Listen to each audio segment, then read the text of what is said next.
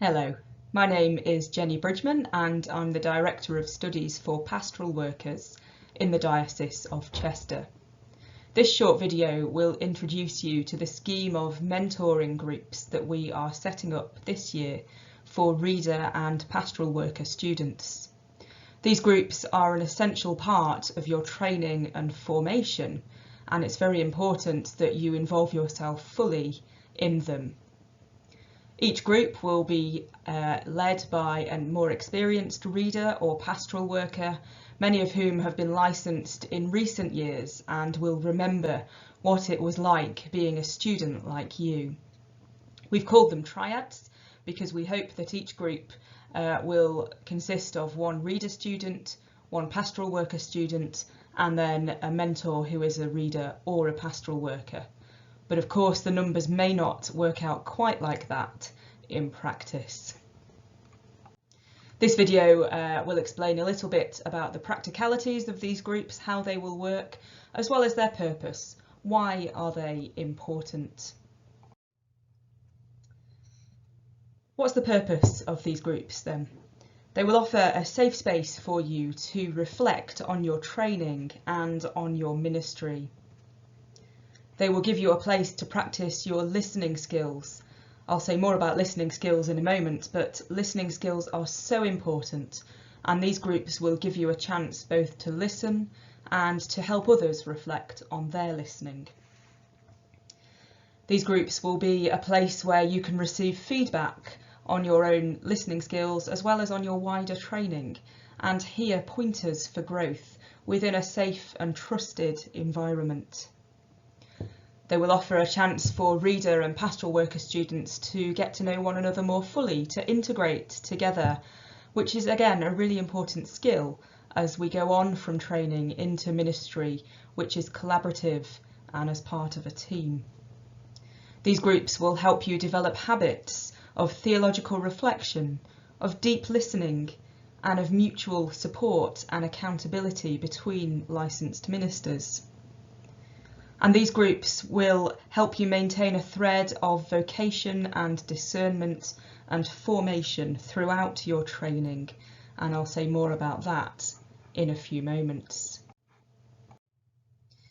On Moodle, you will find a copy of these guidelines, which will give you more detail about the mentoring groups. I'll say much of what's in there today on this video, but you have the guidelines as a hard copy as well to refer back to. Please do refer back to them because there's a lot of detail in there and a lot of important information for you. So how will these groups work in practice?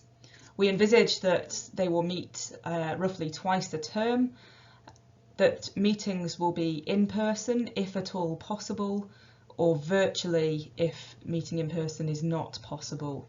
This might be because of local lockdowns, of a wider lockdown, or simply because of geography. We have mentors from all around the diocese and students from all around the diocese.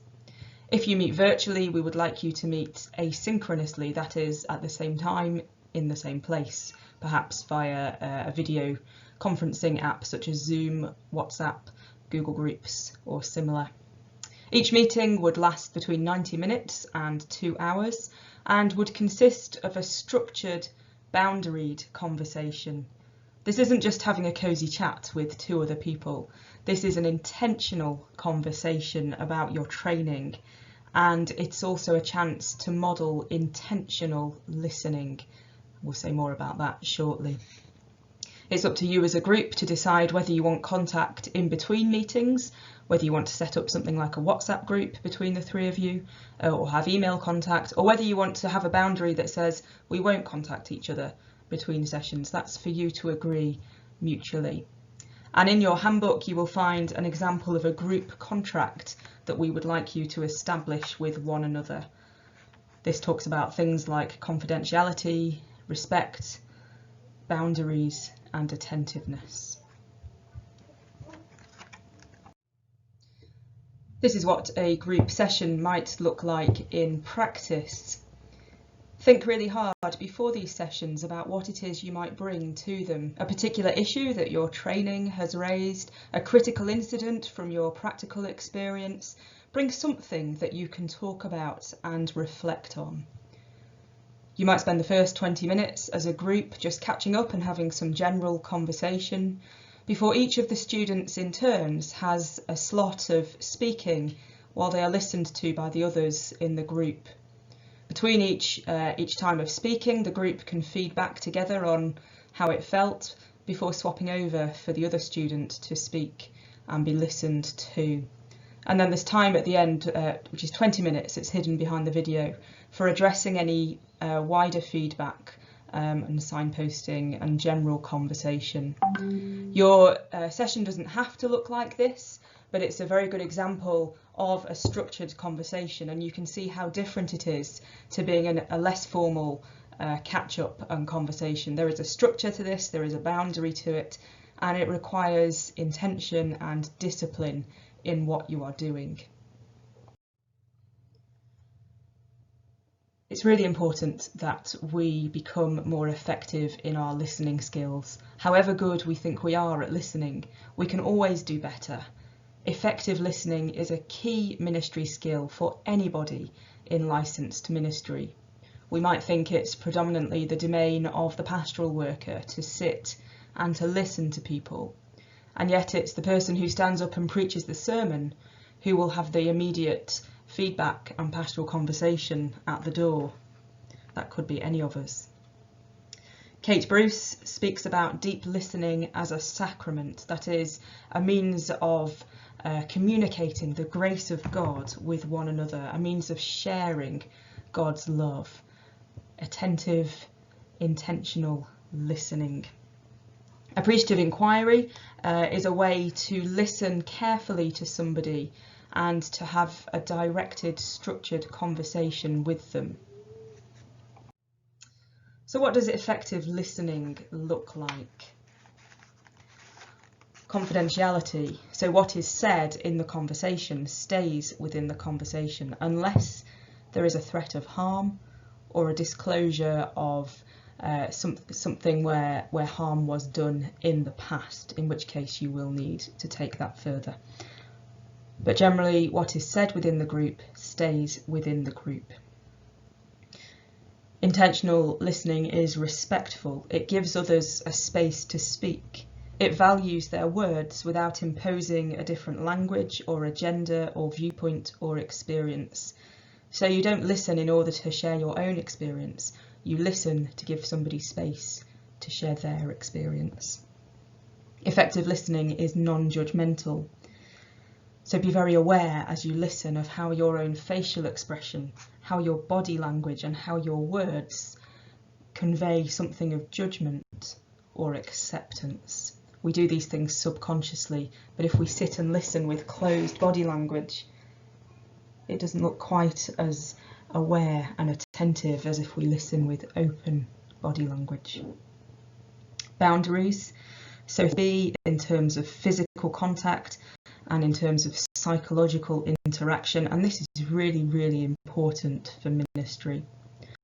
Leaving your own baggage aside and being available to listen fully. So how will you do that inner work that helps you to leave your own agenda outside of the conversation?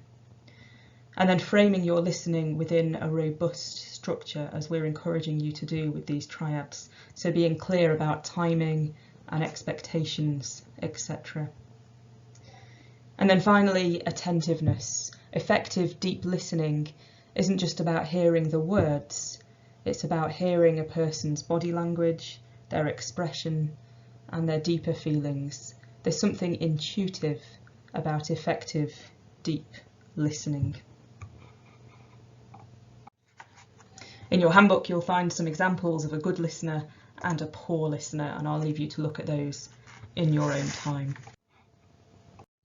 I mentioned appreciative inquiry a moment ago. Here are some questions within the appreciative inquiry model, questions that help you listen more deeply to what somebody is saying.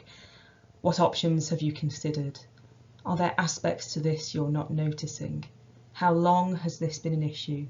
How do you feel about it? etc. And there are more of these in your handbook. If you want to know more about appreciative inquiry, there is a website, appreciatingpeople.co.uk, and again the address is in your handbook. Formation and discernment is going to be a key theme throughout this year for everybody training for licensed ministry. As you know, we were unable to do a formal selection process in the summer, and so your formation will be ongoing and discernment will be ongoing, with a chance next year for all of us to reflect on whether you are on the right pathway.